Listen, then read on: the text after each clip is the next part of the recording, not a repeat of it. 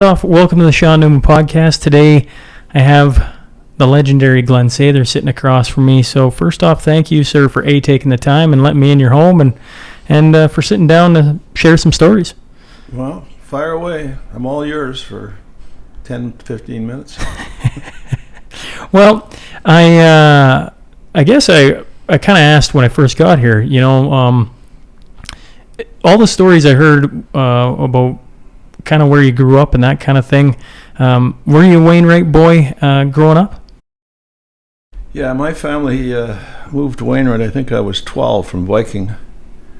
And my mother had a dress shop. And my father was a carpenter. And I really started to play hockey in Viking, but most of it was played in Wainwright as I grew up. I was there for, I guess, until I left to play for the Oil Kings. So was there 6 years as a kid and shot ducks and hunted all around there and played hockey in all those little towns, and Viking and Czar and Kinsella and Lloydminster and Hardisty, all those little towns that are around there. When you go back to those days, who was the town that was the rival that you loved playing or hated playing? Well, just about all of them. But I was pretty young, so there wasn't any real rivalry until I started to play. I started to play senior hockey when I was 13 for the Wainwright Commandos, and we got into the provincial championship for the Battle River Hockey League, and I got picked up by Hardisty to play after they beat us out. And they had a really good player by the name of Johnny Galka, who I became good friends with later on in years. But I'd hunt ducks with him and geese, and every fall when I was in Edmonton, I'd kind of arrange our schedule so that I'd get 3 or 4 days off and spend it around Wainwright and Viking and all those little towns, because we knew all the farmers, and I'd give them tickets to the exhibition games, and they'd give us access to their fields and tell us where the geese were landing. And so I did that for, 20 years. It was fun. Did you, like trying to find team bonding moments, did you ever take any of the teams out hunting? Yeah, I took quite a few guys out to Hardisty. I took Gretzky and Messier and Anderson and Martin Jelena, who was, I think he's still a coach in Calgary now, assistant coach. But I had lots of those guys out there, and took a lot of them fishing to the Arctic. And the idea that I always had is they're better off to be doing something outdoors than spending time in a bar or chasing girls, and give them some other interests in life. And they all seemed to really enjoy it. So then it was fun. It was a good bonding situation to be with them. I hate to fast forward too far, but I've been wondering, I like I said before, I got to sit down with Grant Fuhr and then Marty McSorley and different guys throughout the game. And when I stare at the Oilers and I hear the stories of the glory days, your first decade behind the bench with them, different stories of the culture there always pop up, right? I always hear the story when when a new guy came to the Oilers, somebody would pick them up and chauffeur them to wherever they're staying, and if they needed a place to stay, they could always stay with them. If they needed a vehicle, they'd give them pretty much a shirt off their back. Yeah. And I've always been curious, did that come directly from you? Was that a group decision? Who instilled that culture early on? Well, I'd hate to take credit for it, but I think that because I was the president, the coach, and the manager and assistant trainer, that I knew that, from my experience of playing for the Bruins, and Teddy Green was that kind of a guy, and I knew that the closer you got to the players, the better they were going to play for each other and for you. So when Wayne came to Edmonton, he stayed with us for 3 months, I think.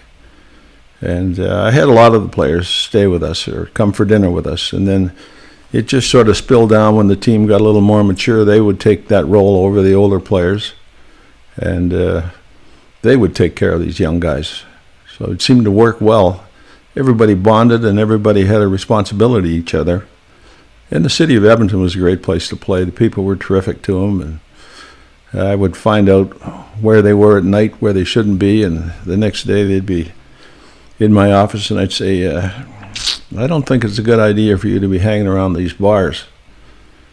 And then the players would discipline themselves, and they were young,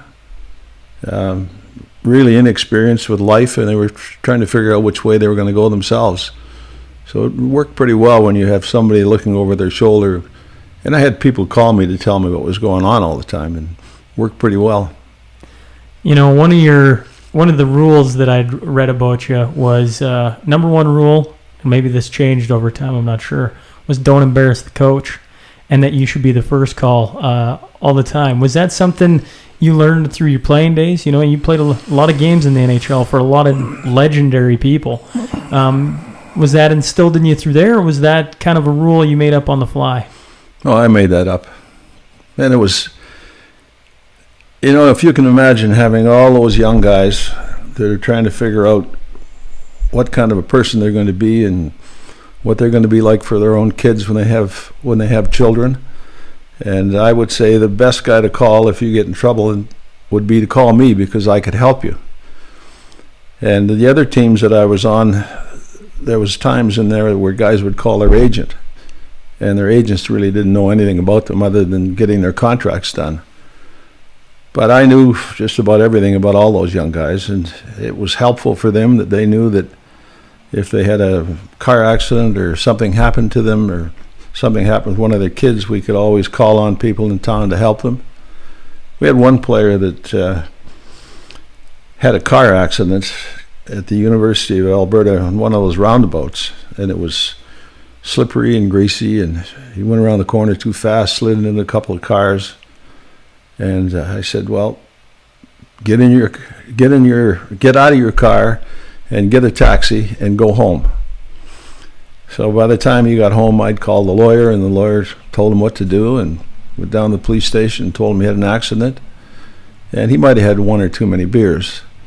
So by the time he got home, he was fine, and he'd banged his head. And I won't tell you who it was, but he banged his head, and they went down to the police station and filed a report, and there was no publicity, nothing happened. You know, legally he shouldn't have left the scene of the accident, but he had a bit of a concussion, and I just was afraid he was going to say the wrong thing to the police if they saw him right there. So they went the next day to the police station and filed a report, and that was the end of it. Simple things that could really blow up if you're not careful.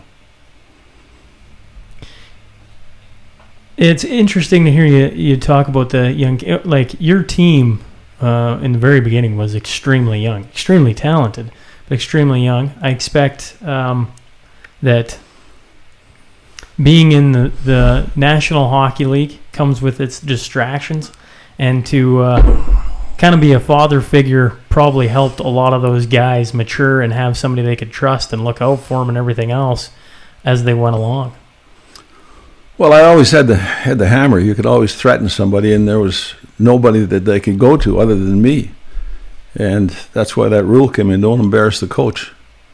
And if you got one call to make, call me. And you know, there was guys that we traded because certain things had happened, or they didn't fit into the culture of the team. And I think we changed 4 or 5 players every year to try and get better and better and better. And it seemed to work.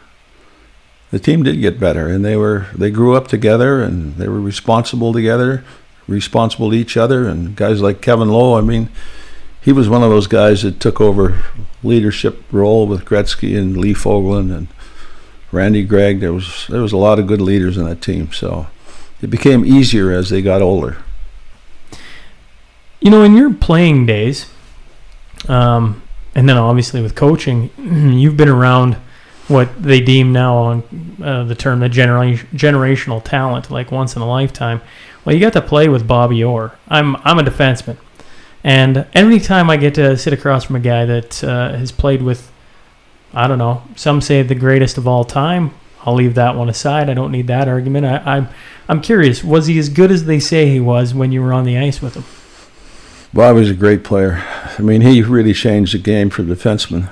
And the way he could skate and handle the puck and maneuver and check guys when they really didn't think anybody could check him because he could get in quick and get out. I was at training camp in Boston when Bobby was a rookie, and he was so much faster than everybody. Eddie Shack tried to catch him one day, wasn't even close. And Eddie Shack was a fast skater, but he was quick and smart and great guy. In fact, he played in the hockey game in Banff one summer for us against the Drumheller Miners, and we had several guys from the hockey school that worked here, and we played in the game, and Bobby Orr. I mean, just dominated the game, having fun. And he had a lot of fun when he played. Yeah, I wish there's, once again, I'm a defenseman, and I grew up, in today's game, like Cale Makar playing for Colorado. He's doing things on the ice I never dreamed a defenseman would be able to do. They just, for a lot of years, you didn't want your defenseman to do what he does. And, man, can he dance on the ice. And the Oilers got probably my favorite defenseman I've ever watched live in Duncan Keith coming to play for him next year. And he had some of the best footwork I've ever seen.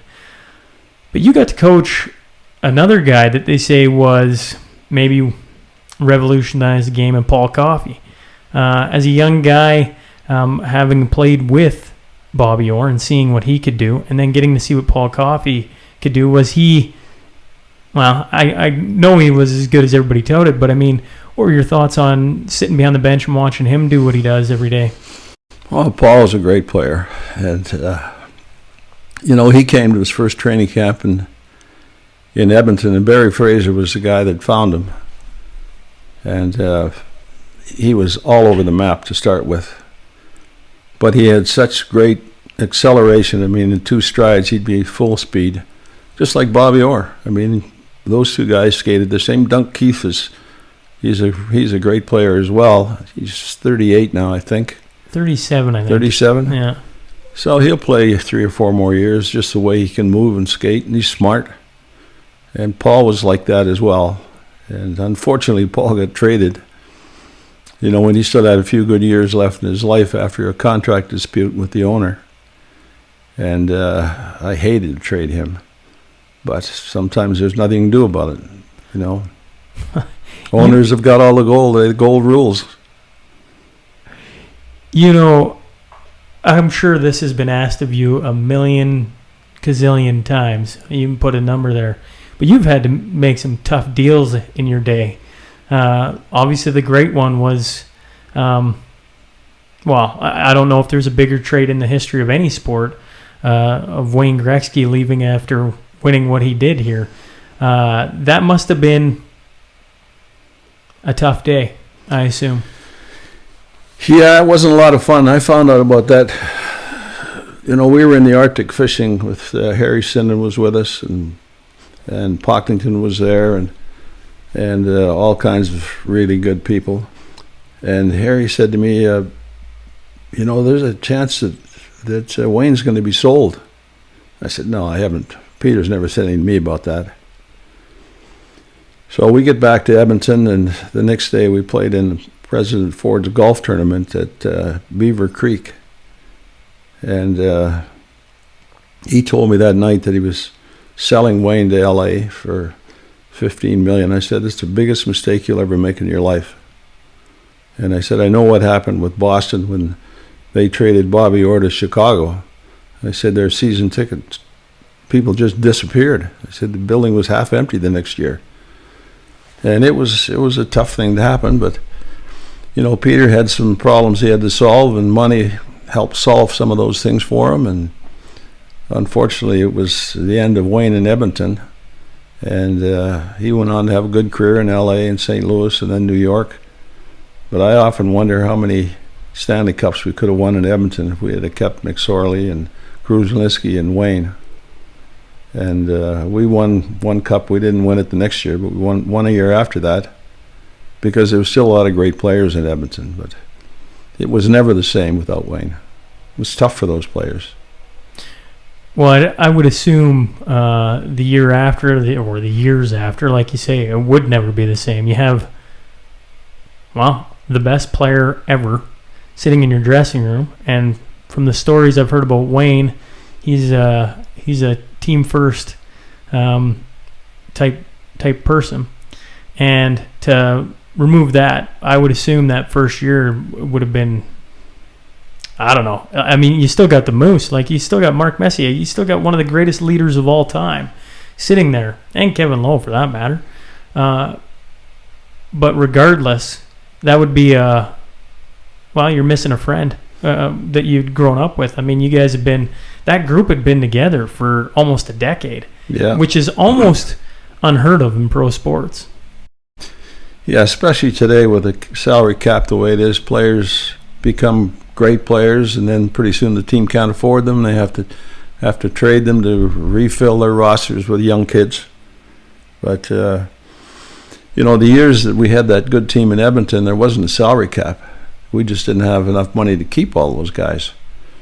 The salary started to go up, and people started building new buildings and having the sky suites so they could generate more revenue. And of course the players, they wanted to be paid more because some of the teams in the U.S. were paying them. And at that time in Edmonton, we were still paying the guys in Canadian dollars. So your competition to keep players in Canada was affected by the exchange rate between the U.S. dollar and the Canadian dollar. And the league started to recognize the problems that the Canadian teams were having, and they started to subsidize some of the cities in the West, like Calgary, Edmonton, Vancouver. Winnipeg wasn't in the league then, but they got in a year later when the league was giving us extra money to try to compete with the U.S. market. And then what happened, I think Brian Burke was the first guy to pay the players in Canada with U.S. dollars, and then that sort of changed everything. And you couldn't keep people. Like some of these guys would see the money that kids in the U.S. were making, and we just couldn't compete with them. And then, as time went by, Peter ended up selling the team or lost the team, and some new owners came in, 26 of them. In fact, I think there were some guys from Lloyd Ministry had a piece of that team in Edmonton. They certainly did, yeah. And then it was sold again, and now Daryl Cates has got it. But, that was 20 years ago, so things have changed a lot in the league. Yeah, things are changing a lot in the world. Things just... The speed of which change occurs is just faster and faster and faster. It's every day there's something new. And the NHL is certainly not immune to that. That's... one of these days I'm just waiting to wake up and there's going to be a team over in Britain or something. They're Seattle coming in. They got 32, and I think that's, I don't know, from a fan's point, from everything I've heard, that's where they want to be. You want to be a 32 team, 16, and away you go. Yeah. And from top to bottom, man, the NHL is as competitive a league as there is on the planet, let alone in North America. And it's been really, as a fan, it's been enjoyable to see the progression. Although I grew up in the era of a little more fisticuffs, growing up watching, McSorley was there for sure, but guys like Probert and Domi and I'm missing a whole whackload of them. But there was a little more aggression in the game, I think. And now people always argue what is better, but you lived through the days. Your playing days must have been. You had over 800 penalty minutes in the NHL. You were not a man to back down from, tough situations, shall we say. Well, the league has changed a lot. And, when I played, hardly anyone wore a helmet. So there was a certain amount of respect. Did you wear a helmet? No. So there was a lot of respect between players that were aggressive. I mean, you didn't cross-check a guy in the head because you knew somebody was going to cross-check you back in the head or get even. And there was a certain amount of respect. And then I think the helmets and the face masks came in to protect the players, but the game changed. Then the concussions became, a real problem around the league. And when we played, we didn't even know what a concussion was. And, I remember seeing a guy by the name of Brian Watson who coached in Edmonton for a few games. We were at training camp in Pittsburgh together, and he went down to block a shot, and the guy cross-checked him from behind, and he slid with his face down towards the guy. Puck hit him in the mouth, knocked all his teeth out. got up, skated off the ice, played 2 days later with no teeth. I mean, I'm sure he had a concussion. He's the toughest guy I'd ever seen play. And he died about a week ago or 2 weeks ago with pneumonia. Oh. But he was a real good character, great guy. That's I've been fortunate enough to interview. I was saying some of the old boys, and Jerry Cheevers was one. Dennis Plonich was another, and to hear the stories of the old game is fascinating. I can't imagine. I never grew up not wearing a helmet, and Skip always talked about the respect with people not wearing helmets. Did you ever think, though, when you were walking down to shoot on a goalie and they didn't have anything covering their face, that they were just absolutely nuts? Well, they did wear face masks. Cheevers wore a face mask, and we used to put stitch marks on his. Yeah. He had a white face mask that he would wear. And, I mean, the guys would get hit, and those things they fit right on their face, not like they are today. And if you saw Bobby Hull shoot or Makita shoot, maybe you're too young to have ever seen those guys play, but, I mean, they shot rockets, and you got out of the way when they were going to shoot that puck. And lots of times I'd see Cheevers, he'd have blood in his face just because he got a shot in the face, and there wasn't enough protection. And talking about Skip Craik, I remember one game he played, and we played together. He ended up fighting this guy by the name of Noel Picard, and got the best of this guy. He was like 6'4", 230. He was the biggest guy in the game then. Skippy was a tough little guy, I'll tell you. Well, I do have to give a shout out to Skip, because I was saying before we started, Skip's one of a kind, and he helped facilitate this, didn't he? And it seems anytime I give him a call, he's always got time for a phone call, and which reminds me, I got to get him on the links, because he's offered that too, to go for a round of golf with him. So shout out to Skip, because he is one of the best, and he's a guy that I get to see around town, and everybody talks about. Yeah, Skip's a great guy. Not a very good golfer, but a real good guy. You'll probably beat him.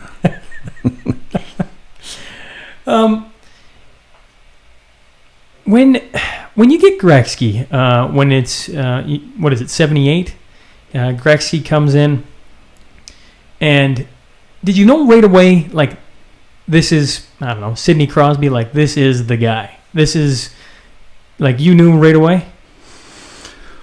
Well, Pocklington called me and said that Nelson Skalbani owned the team in Indianapolis, and said that he was going to move Wayne. And we happened to be playing them a couple days after that. So I watched their practice in the morning. We practiced right after them. I was there watching. And I thought Wayne was one of the players' kids on the ice in the morning. And how old would he have been? He was, I think, 17 at that time. Okay. And he was like every other 17-year-old, tall and thin. I think maybe he was 5'11" at that time, about 155 pounds. And that night we played against them. Wayne scored 2 goals, one from behind the net. He went around Dave Dryden, made him look silly. And Dave Dryden played for the Oilers. And then the next goal he scored, he went around Paul Schmier, who was a pretty good defenseman for us, and scored his second goal. And I called Peter that night, and I said, do whatever you have to do. This guy has got eyes in the back of his head, and he's smart, and he's quick, and he's going to grow up. So we made the deal to get him, and I think we got 2 or 3 other guys out of that team as well. Peter Driscoll was one. And that was the story. I mean, Wayne just grew up and became what he is today. Great player. You mentioned that when he came, you had him live with you for a little bit. I always bring up Crosby. I mean, for my generation, he was the most talented player on the ice. And honestly, today, he's still unbelievable to watch. And he lived with Mario Lemieux, and I know there's a lot around, like, insulating him, giving him mentorship, helping him adjust, that type of thing. Ace Bailey was a man that Wayne lived with. Was that talk? I know you played with Ace. Yeah. Was that something you guys talked about, or did that just happen on its own? Well, I needed somebody to live with him the next year, and Ace was a scout for us. And after Wayne left our place, he moved out after a couple of months, and he boarded with another family in Edmonton. And we went through that season. The next season, I talked to Ace, and Ace was going to be in Edmonton, so Wayne moved in with Ace and lived together. They became great friends, and when Wayne was sold to L.A., he asked Ace if he could come with us. And Ace came to me and said, I'd like to go to L.A. to be with the Kings with Wayne. So I let him go. And then, of course, Ace died in the plane crash in 9/11. And terrific guy. I knew Ace when he first came to the Oil Kings in Edmonton. And I think he was 15 or 16. And he couldn't make the Oil Kings then. But he was a talented young guy, full of piss and vinegar, and great character. So, unfortunately, he died in a plane wreck. Yeah. He was going to LA's training camp that day. Funny the way events, where they lead and where they end up. Like Wayne gets traded and asked for Ace to go along. I actually didn't know that part. And then, of course, that leads to where it leads. And how would a man ever know that? And that's the funny thing of life, I guess. Yeah, you never know. Just in the wrong place at the wrong time. If he hadn't have wanted to go with Wayne, he'd probably still be alive today. But that's just the way fate is sometimes. You never know what's going to happen. Are you a guy who believes in luck? Do you make your own luck, or do you believe in luck? Well, guys always say on the ice you're really lucky sometimes. Well, you're lucky because you're in the right spot at the right time. And, guys used to talk about Wayne. How could he make that pass? He was just lucky to make it. No, he wasn't lucky. He knew exactly where everybody was on the ice and where they should be and where they're going to go to. And Wayne used to say, you pass the puck to where you're going to be, not where you are. And that's the way we played. And there's some luck involved if you can, you can drive across the street sometime and the car just misses you. Well, why didn't it hit you? No, maybe you're walking too fast or walking too slow to get hit by the car, but you're aware of your surroundings and you kind of make your own luck in a lot of places. I struggle with luck because luck seems too easy. Like, you're just lucky all the time. It's like, well, no, you got to put yourself in the right position. Yeah. And then you got to recognize the opportunity for what it is, and then obviously take it, right? Yeah. Everybody associates luck with I buy a Lotto Max ticket and I'm lucky because I won $70 million, but that's a very small percentage of luck out there. The rest of luck is something you help create and facilitate. Yeah, who knows about luck? I remember when I met my wife for the first time. I was coming back from the rink in Boston, and I was giving a guy a ride that played for the Celtics, and we saw this pretty girl on the side of the road had a flat tire in her car, and she was trying to figure out how to do it, so I stopped, changed the tire for her, and we were married a couple of months after that, been together 52 years now. What? Is that luck, or was it meant to be? Is it fate? So what do you think?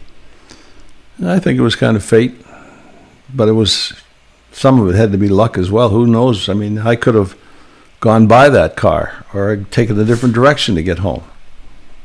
It's funny. So I had Brian Burke on. Brian Burke, growing up, was a hockey guy. And then they're moving, they get trapped in a snowstorm, and one thing leads to the next, and hockey, and all of a sudden, everybody knows Brian Burke's group, but it's a snowstorm.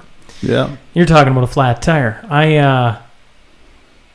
My wife is from Minnesota, and when I was playing hockey in Northwest Ontario, and got invited to go down and check out some schools, and so I went down to the school in upstate Wisconsin, and I was supposed to drive back that night. And up until that night, I was like, I probably won't come here, right? And a giant snowstorm came in. And then the first day on campus, who do I meet? My future wife. And I don't know what to put with that, other than that's, the beauty of the universe, I guess, because no one can ever put a finger on exactly what that is. But every man I talk to, every woman I talk to, they have moments and instances like that where it's just like, well, what was that? I don't know. I can't explain that. Right. You can't. Some things you're better off just to leave alone. Accept them. So, I don't know how you could explain that stuff. I mean, it's like Brian Burke's son got killed in a car accident. And unfortunate. Wrong place at the wrong time. Things just happen. I'm curious how you played 10 seasons in the NHL. Your last one is with the Minnesota North Stars. What brings you to the WHA? What brings you to Edmonton? What brings you back to your homeland, so to speak? Well, I was at the stage in my life, we had a couple of young kids, and we had home in Banff, and the manager of the team offered me a one-year deal to stay in Minnesota, and that time the WHA was spending more money and giving you a longer contract, so I came back to Banff, and I got a call from Joe Crozier, who ran the Calgary team, and Bet Gwidlin, who was running the Edmonton team. And so I talked to Crozier, and he says, well, look, yeah, I'll give you a one-year deal in Calgary. And Bep said he'd give me a 2-year deal in Edmonton. So I went to Edmonton, and because I was running hockey schools here, and Bep had played for Boston, he called Harry Sinden and asked him about me. So Bep said, I'll make you the captain. I said, well, you already have a captain, Al Hamilton. I don't want to be captain. He said, you're going to be captain. You're going to run the practices, and I'll run the games. So but I had already been coaching kids here in Banff for 10 years, and I liked that part of the game. I liked the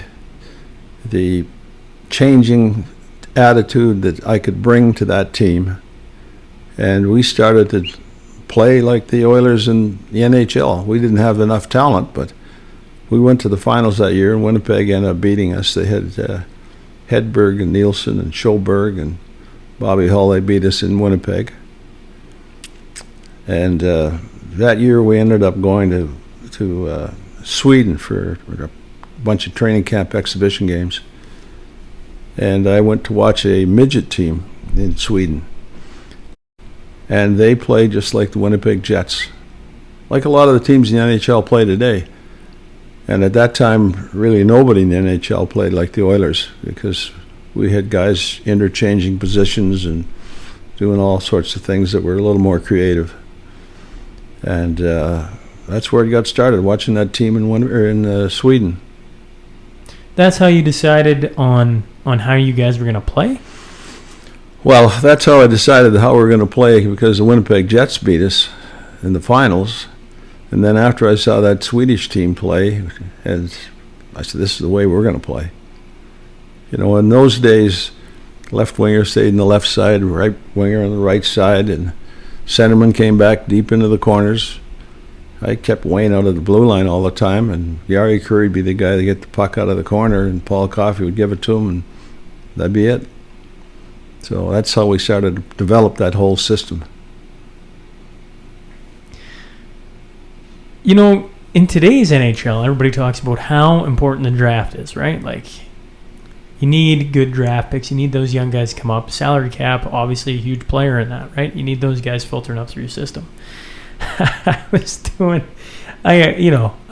born until 86, Glenn. So, when I talk about the glory days, supposedly I was in the building one night as like a 2-year-old, right? Mom and Dad, I got 4 siblings, so there's 7 of us would come up and watch the Oilers play, and you can imagine a family of 7. But I had to chuckle. I started looking at you guys' your drafting, and there was 3 years in a row. I mean, let's put aside the fact you get Wayne Gretzky in a trade.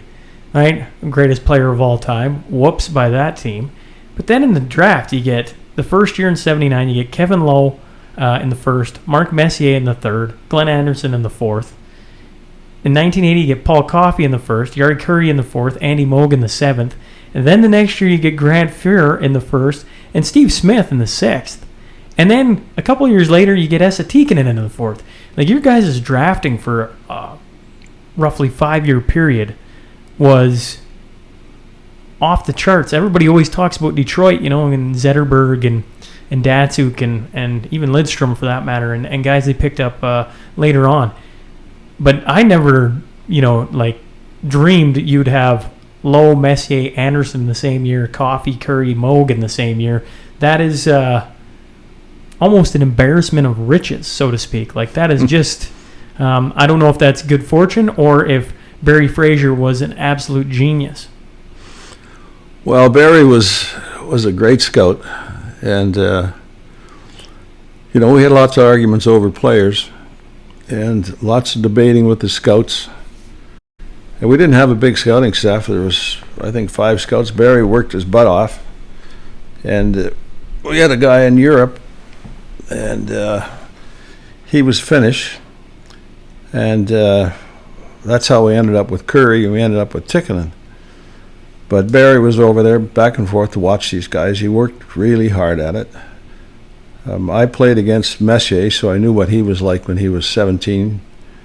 I saw Kevin Lowe in Quebec. He was the captain of the Quebec Ramparts, or I think they were called the Ramparts. And it just happened to be that we were in Quebec playing the next day, so I went to watch the junior game and saw Kevin Lowe. I said, this guy's going to be a hell of a player.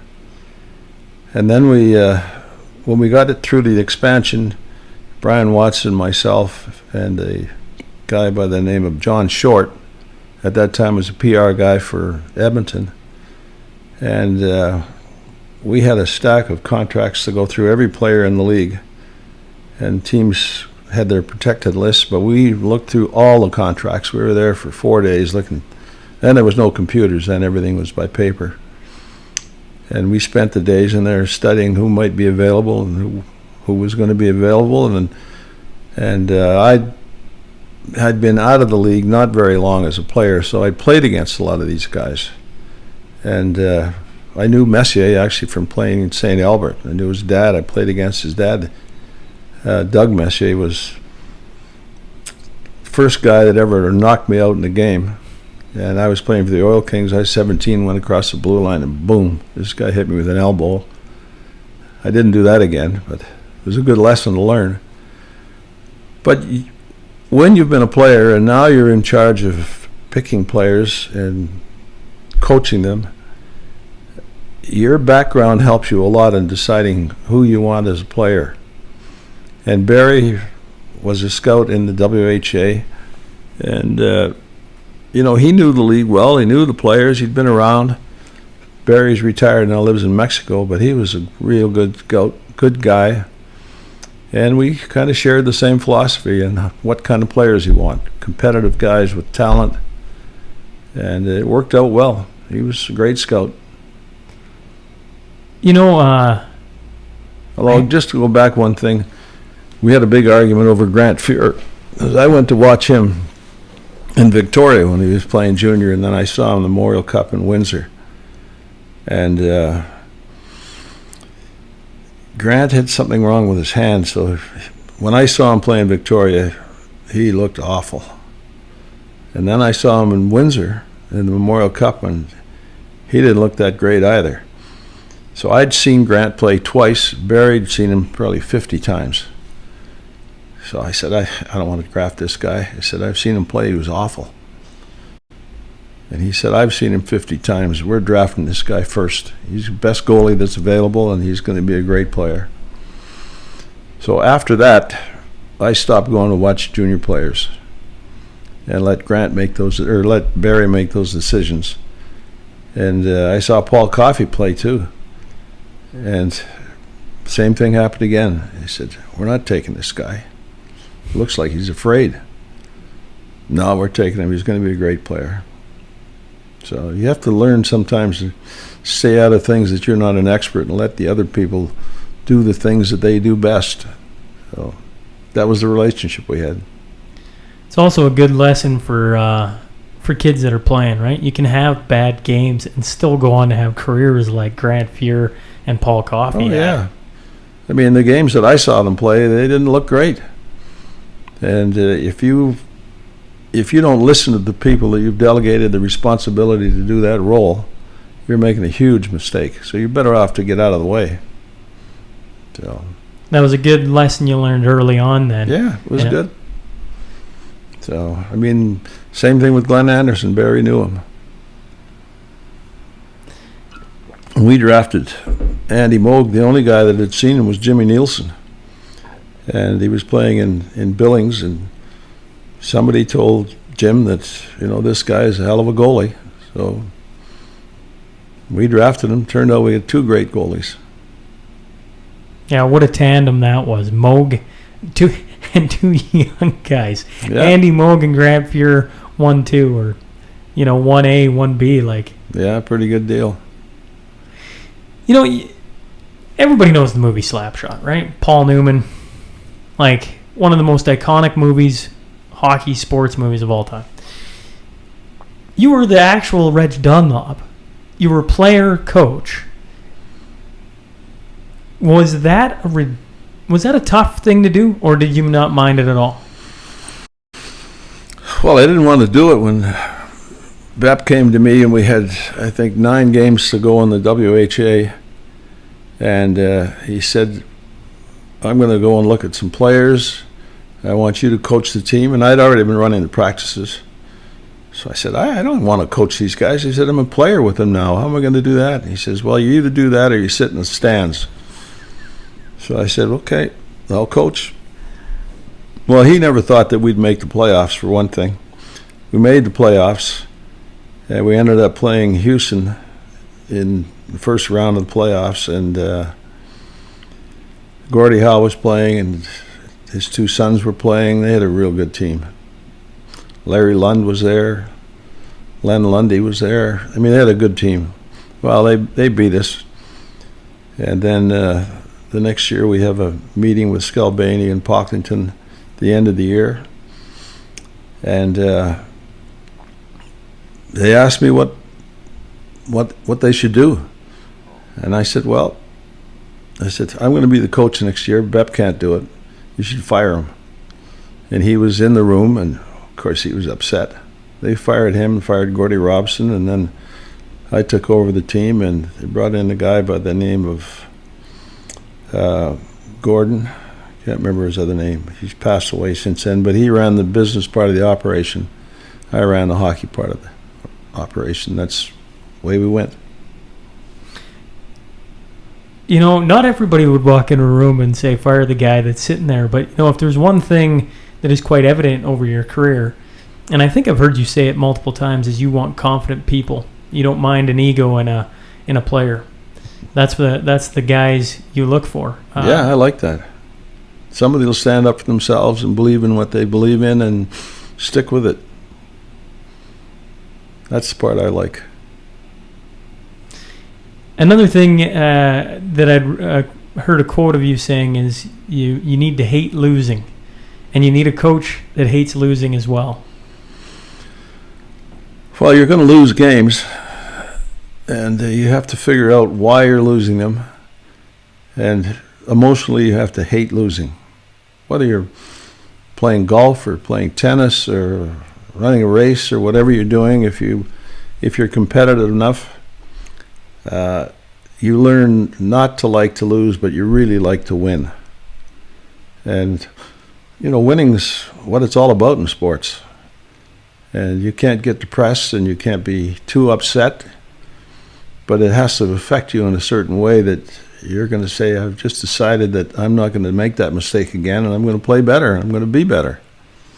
And the team has to understand that as well. Losing is not fun in professional sports. Losing is not fun anywhere. No. Media gets on you, your family gets on you. Nobody likes to lose.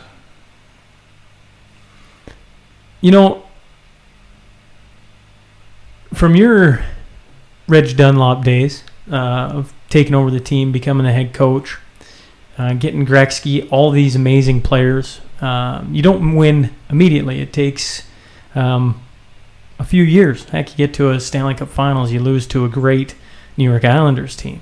Mm-hmm. But you knew it was coming. I assume you're like, we're so close. Were there pieces you added in going into your first Stanley Cup that were pivotal in getting you over the hump, or did you just try and keep that group together and go, we got this, fellas? No, I think that if you look, the guy that scored the winning goal in the first game that we played against the Islanders the second year, Kevin McClellan scored the goal. And he was a tough, determined guy. And we made a deal to get him because we needed somebody like that. There was certain people that would come in that we liked or watched and made a deal to get for them. I got Willie Lindstrom out of Winnipeg, and he was a great player. There's always pieces that you can add to make that puzzle a little more diligent for everyone, make everything easier for you. And a lot of those players that we brought in, I remember brought Keith Acton in one year, and we got Randy Gregg when he was playing in Tokyo for a team called Kyoto Bunnies. And I went over to watch him, got there, and his team was on strike, so I didn't get to see him, but I knew him that he played the University of Alberta, and we played exhibition games against him every year, and this big red-headed guy, I thought he was going to be a great player. So I signed him when nobody really knew much about him. And, he was a terrific guy, great player. So pieces always seem to be around if you look hard enough for them. And yet, yeah, if you look hard enough for them, you pretty much left no stone unturned to go over and sign a guy out of Japan. Well, I knew him because he played in the University of Alberta. Yeah. And I had to figure out where he was. I didn't know he was in Japan until we started to call around and playing for the Kyoto Bunnies. But, you have to work at it. But all the general managers work hard now today. I think that their scouting systems are better, the analytical systems that they use. They have a virtual calls daily before the draft happens. We didn't have all those things. The analytics you can find now are just about everything, and where guys shoot the puck from, and where the goalies, they don't block the shots up high on their shoulders because they can't get up quick enough. So there's lots of things you can find. You have to use all those things today to make your team better, and the general managers and the coaches use them all. It's hard work, and generally the guys that don't make it don't work that hard. Oh, that's you can put that to life. That statement right there goes not only to general managers but to the players themselves, right across the workforce and everything else. That is a truth in itself. Yeah, you got to learn not to give up on things if they don't work out the way you expect them to. And some guys just give up too easy. It's too tough to get up in the morning at 6 o'clock and do whatever you have to do. I'm laughing because we all know guys like that. Yeah. Everybody. Everybody knows somebody that had a ton of talent and they gave up on themselves. You just have to believe in yourself and think positive about life and get on with it.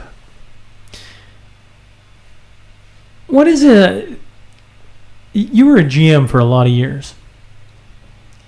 Fans always think they can do it better. What is the biggest misconception that fans have about a general manager of a hockey team? Well, I'm not quite sure I can answer that question, but it goes back to what we just talked about. People watch the game, they think that I would put this guy out in that position at a certain time, but if you're not with the team behind the bench and you're not watching them in practice every day, there's no chance that you can do a better job than the guy that's a manager or a coach. And I'm not saying that all coaches and managers are terrific at their jobs, but they are good at it. Some of them are better than others. You look at a guy like Lou Lamoriello that's been around a long time. New Jersey forever, Toronto for a couple of years, now in the island. I mean, he works hard. And he's at the rink every day. He's doing everything that should be done. Chris Drury's going to be a real good manager because he works hard. He's got a great mind. And guys like that, they create their own life because they're willing to do some work that has to be done. I mean, there are lots of guys like that in this game today. And then sometimes the manager will be real good, get the right pieces. Somebody gets hurt. They don't get as far as they should get in the playoffs. The owner gets upset, fires a guy, brings in somebody else. I mean, is that destiny or is it luck, like you talked about earlier? Your star player gets hurt, you can't make it into the third round of the playoffs. So the owner gets frustrated and changes. You got to believe in yourself this game. Who do you think? I mean, it's. I don't mean to single anyone out, but who's maybe one of the, in your eyes, a GM in the league? You mentioned Lou Lamoriello, who, I mean, him and Barry Trotz, what they've done with the New York Islanders speaks for itself.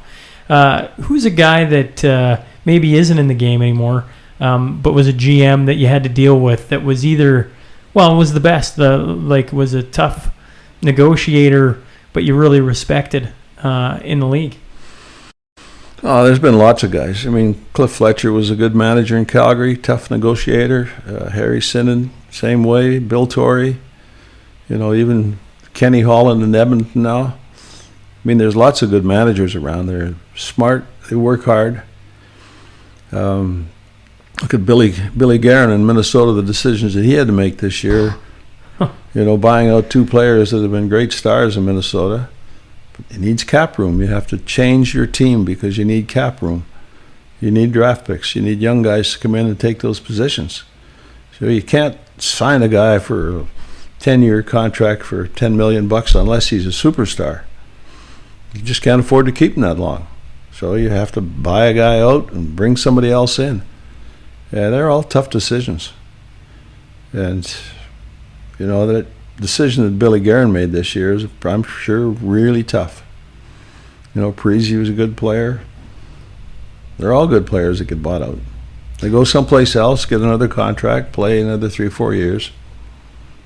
That's just the way the cap system works today. You were a player.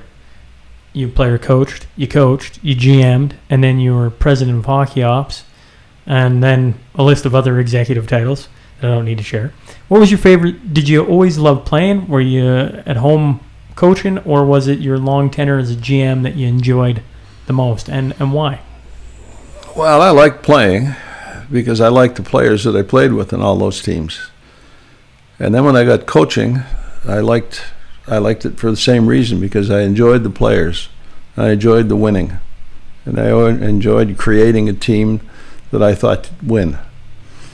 The managing part is not as much fun, because you're always moving guys that you like, guessing on what somebody else is going to be like when you bring him in, if he's going to fit into the system. That part is good.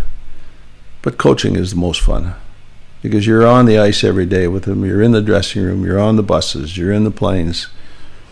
You spend more time with the players than you do with your own family.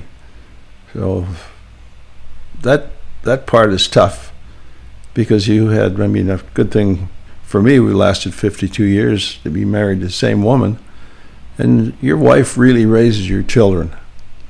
You're around sort of on the outside all the time, but you have to have a good wife to take care of your family. So coaching is fun. Managing is a bit of a pain in the ass. But you managed for so many years, Glen. I know, but it was part of the evolution. Once you get out of managing, you get out because the people that you're dealing with are in the same age bracket as you are. And then when those older guys move on and bring in other young guys, you have to get out of the way to let some other young guy come in and develop his system and his idea, because he has a better relationship with all these young managers. When you start to make deals, and let's face it, I mean, when you're getting to be 70 years old, talking to a 17 or 18-year-old kid is not the same as it was when you were 22 talking to those guys, or 26. You have to have a relationship with those players in order to get them to do what you think they need to be done. Same as the managers. If you're going to maneuver a manager into making a deal that you want, you have to have a good relationship with them. You know, the deal has to be, you're happy with the deal, I'm happy with the deal. But part of the time is you're talking this guy into wanting the player that you want to trade, so you're encouraging him to listen. You're making it just like a car salesman. You know, you may not want a Ford, you want a Chev, but the Ford guy says, well, this Ford has got, you know, it's got all the bells and whistles, and that Chev doesn't have it. Pretty soon he believes you. You make your deal, and you're both happy.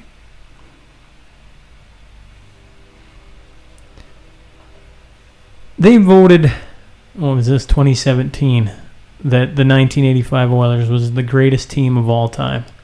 You got to coach all those teams. Mm-hmm. Was the 85 year the best of the bunch? It was a great team. I liked all those teams that won, and to say they're better than the other team, I mean, I guess they had a lot of people vote on this thing. I don't know. But that was a great team. I went to Edmonton for that ceremony. It was fun to see all those guys. Yeah. There was different things about all the teams that I really liked. To say that was the best team, yeah, it was a pretty damn good team. But they were all good teams. That year in the finals, I read that was the first time Tikkanen ever played. Is that true? Yeah, we brought Tikkanen in, and he had never played in the NHL. We played against Philadelphia. The first game in Philadelphia, Tikkanen was doing all kinds of stuff to agitate and bother everybody. They wanted to kill him. And, you know, I think we lost the first game in Philadelphia. And after that, away we went. But Tikkanen turned out to be a hell of a player.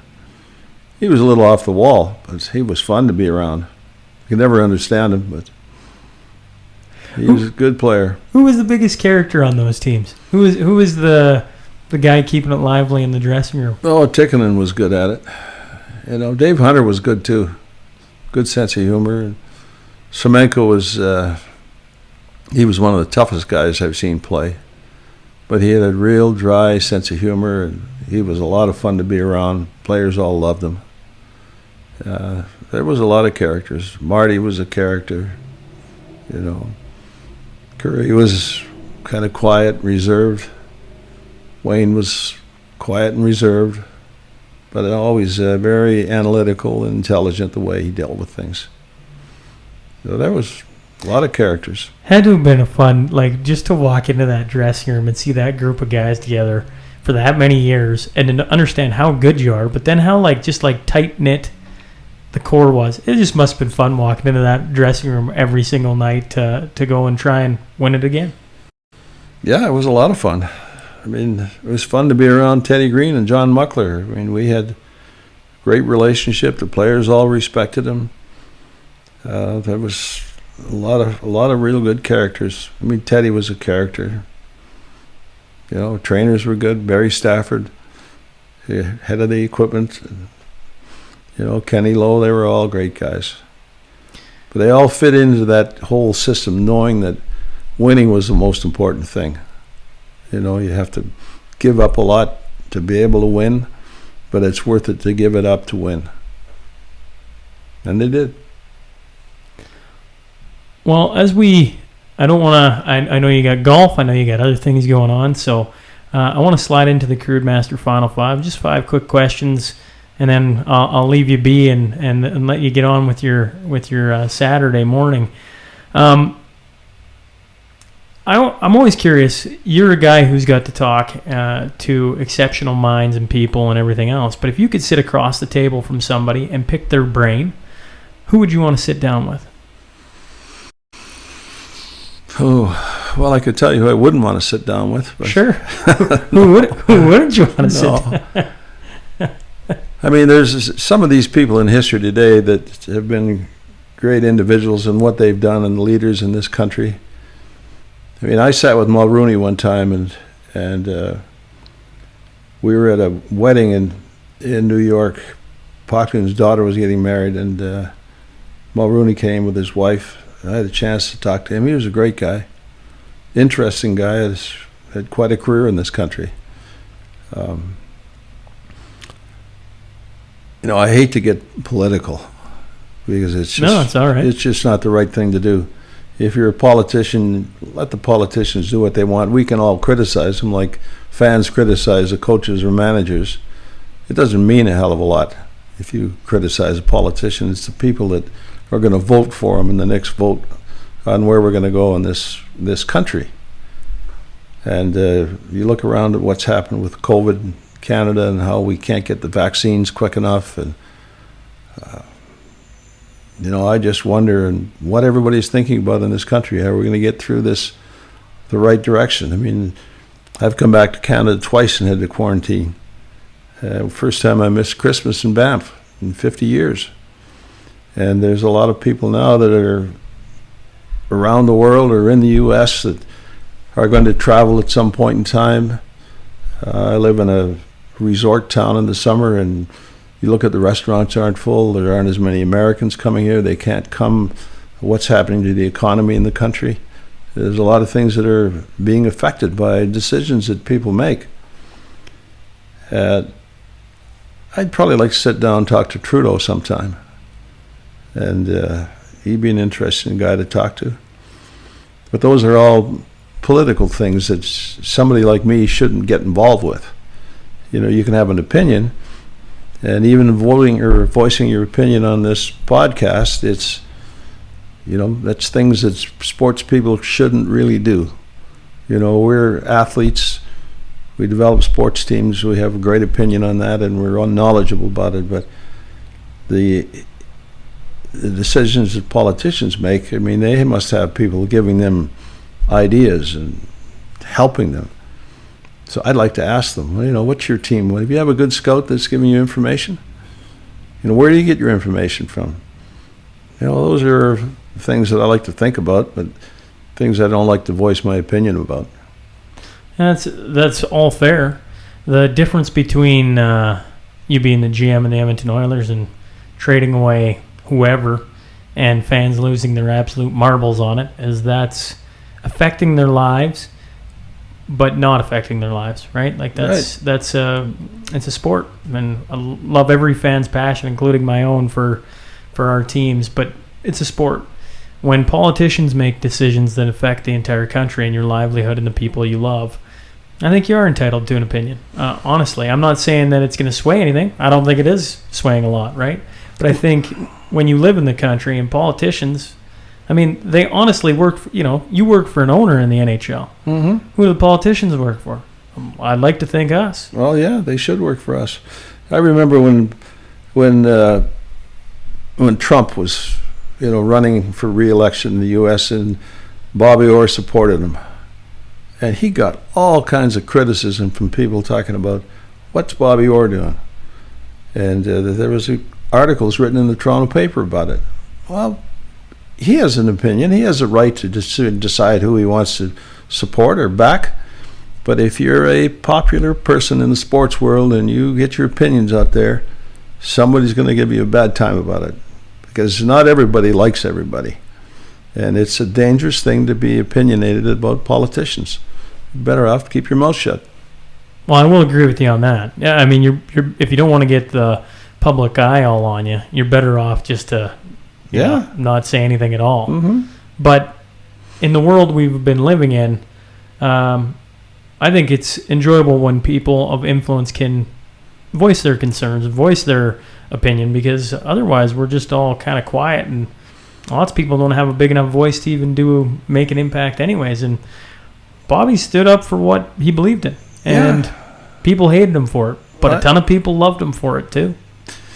Yeah, well, that's the risk you take.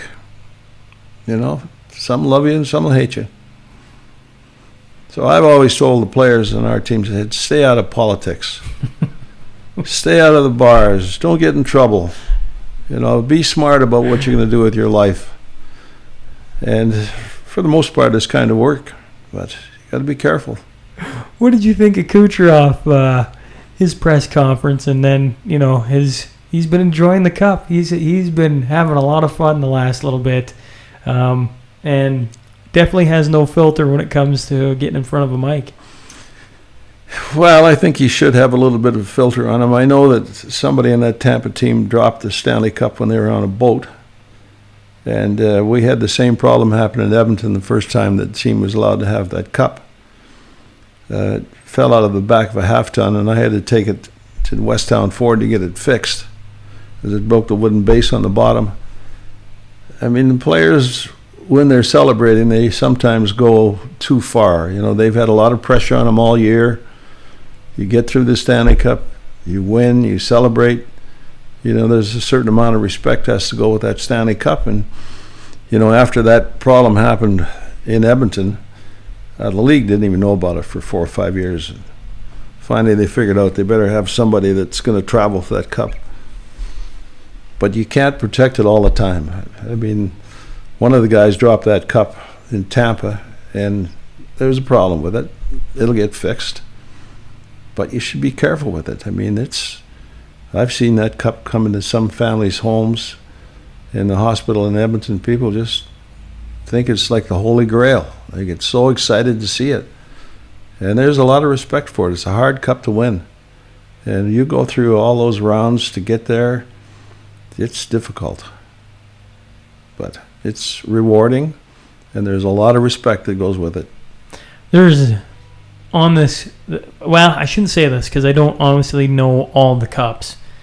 But in my mind, there's the only other cup in North America that even comes close to it is maybe the Allen Cup, right? The senior trophy and its history. But in saying all that, like the Stanley Cup is kind of the holy grail for Canada, at least, right? Like, I mean, I still won't, Glenn, I still won't touch the thing. I've seen it a few times. I'm like, I don't know where life leads me, but I'm not going to jinx myself by touching it right now. And who knows, maybe that never amounts to everything. And when I'm in my 70s, 80s, I'll go touch the stinking thing. But right now, I stare at that thing. I'm like, I'll take a picture with it, sure, but I'm not touching it. Yeah.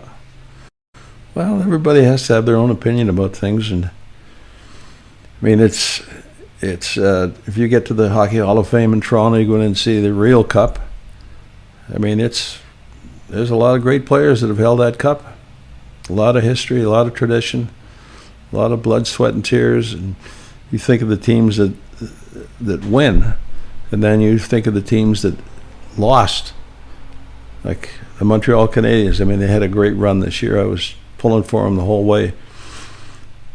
But then you think about what's it like to lose in that position, how tough it is for those players. And it's tough. It's not easy. And Montreal is a tough city for hockey, and I'm sure everybody respects what they did. But losing, that's a tough thing to swallow when you're in Montreal. They had a great history, had a lot of great teams. And I watched the TVs and saw Lafleur and Cornway in there. And Patrick Waugh, the one game. Great players. And they've all won the Stanley Cup. And they know what it's like if you're going to lose it. I remember when we beat Montreal in that 5-game series, we beat them 3 times. They had a great team, a lot of great players. And we beat them 2 games in Montreal and then the 3rd game in Edmonton. The young team was all excited. And then I looked at the bench and the Montreal Canadiens. They were just so downtrodden and depressed. So losing is not easy. And that wasn't even the Stanley Cup, but that was a great team that we beat. Losing is never easy. That's it. It's always a tough pill to swallow. Yeah. You got to play for the Montreal Canadiens. Suit up in the Forum. What was it? What was playing? I mean, you played for Montreal. You played for the Rangers. You played for Boston. 3 of the original 6. What was suiting up for the original? Like the original. You talk about history and tradition and the blood, sweat, and tears that go into the Stanley Cup. Well, those organizations are just oozing with history and their own traditions, and to suit up for those teams, I think of Montreal off the top of my head, just because it's Canadian and everybody knows the forum. Like, you see the tradition they have before Stanley Cup games. I mean, this year was definitely different, with no fans really being let into the building. But you would have got to have played in some interesting times with a guy like Guy Lafleur. Yeah, I liked my year in Montreal. I liked playing for every one of the teams I got traded to. I thought that every time I got traded, it was a better opportunity to learn more. And Montreal was, it was the same experience that I had when I went to Boston. And, Milt Schmidt and Harry Sinden and Johnny Busick and a lot of great players were there.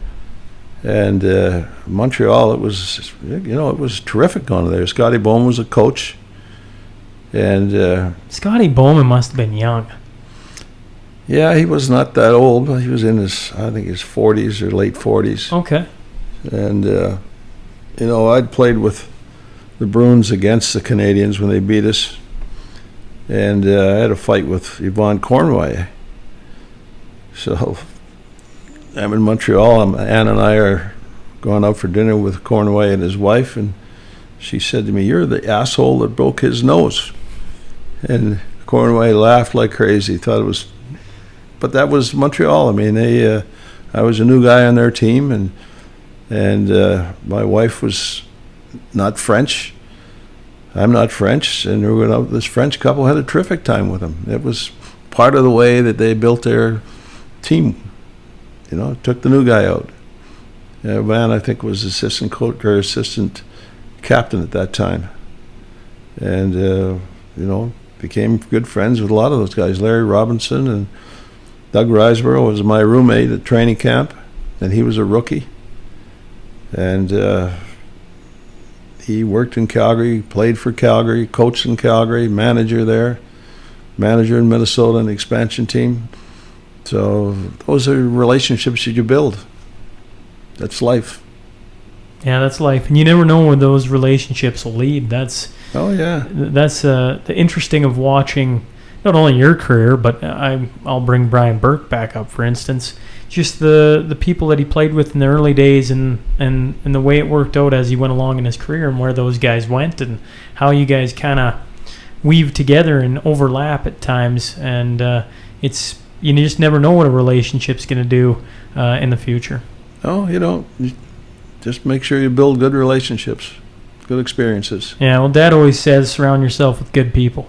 Yeah. And if you do that, I mean, the possibilities are endless. I used to tell the guys, I said, if you're going to hire somebody smarter than you. You can learn something from them. That's a good point. If you're a commissioner for a day, what's one of the things you would enact in the NHL? Well, I don't think there's much that I would change. I think Gary Bettman's been terrific. He's smart. He's a great leader. He surrounds himself with good people. I like the direction this league has gone since he's taken it over. I mean, they treat the players well. There's a lot of things that when I was negotiating with teams that you had to give up to get. And Gary had to do the same thing when he was negotiating the collective bargaining agreement to get the salary cap 50% of the players, 50 cents or 50% to the owners. There's things that he had to give up to get, but I mean, that league is pretty successful right now, and to get through the last 2 years that they've done, pretty amazing.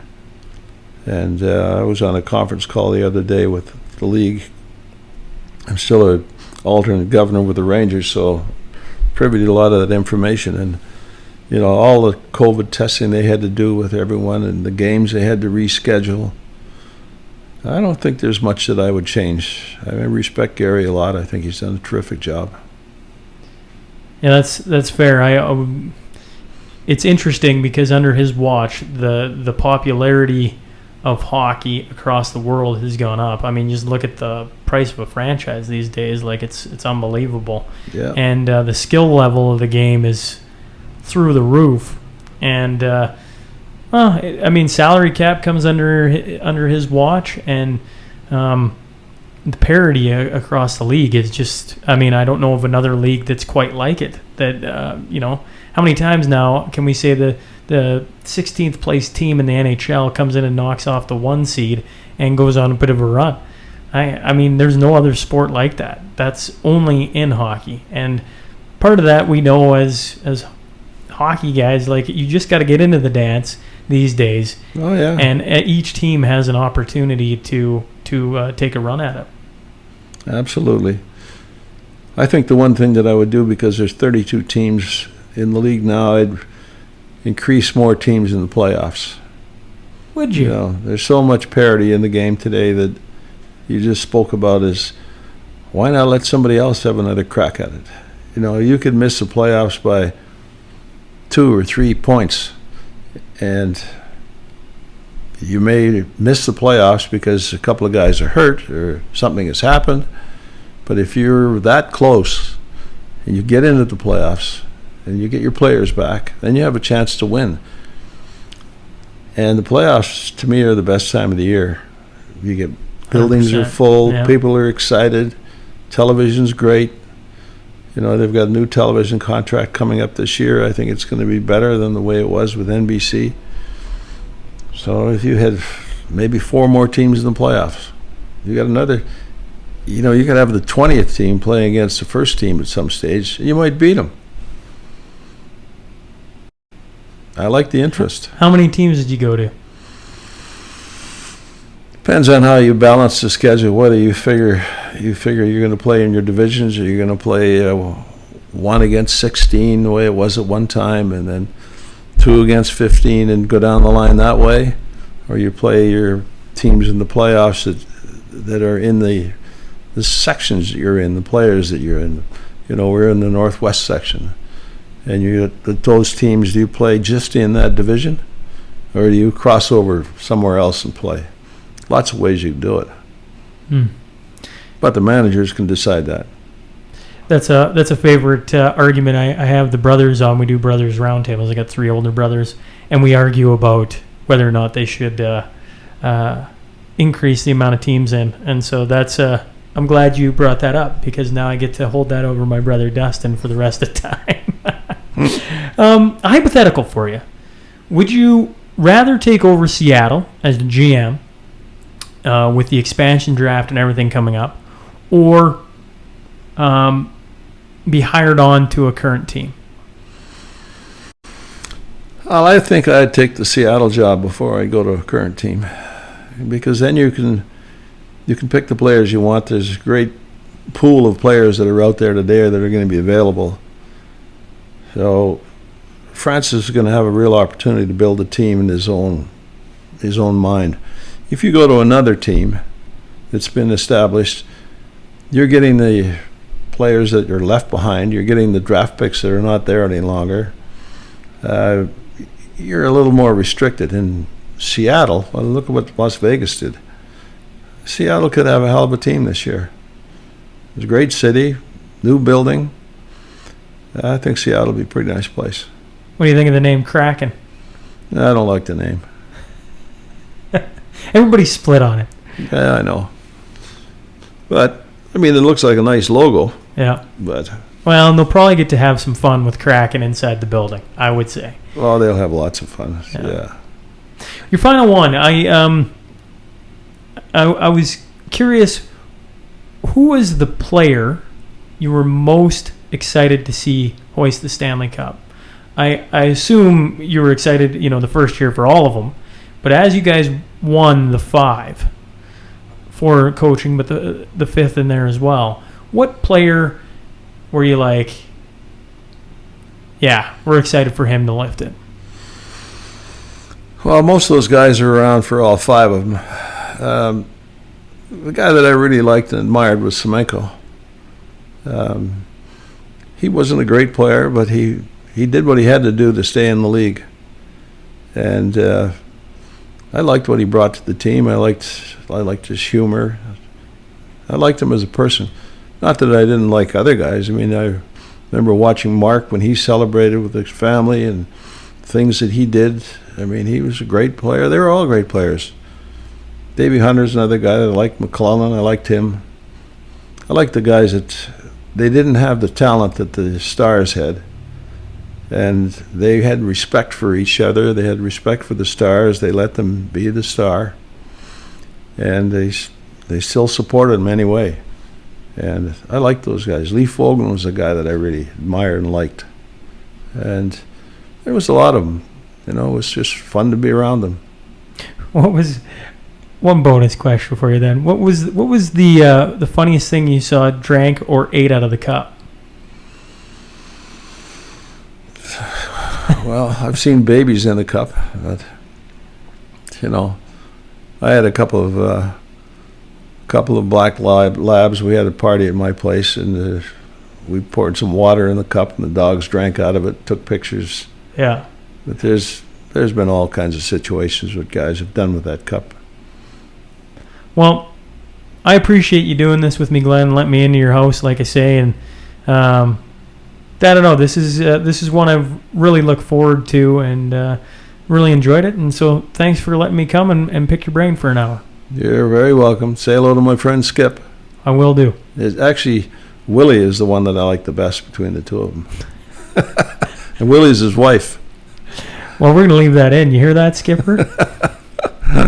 Thanks again. Yeah, you're welcome.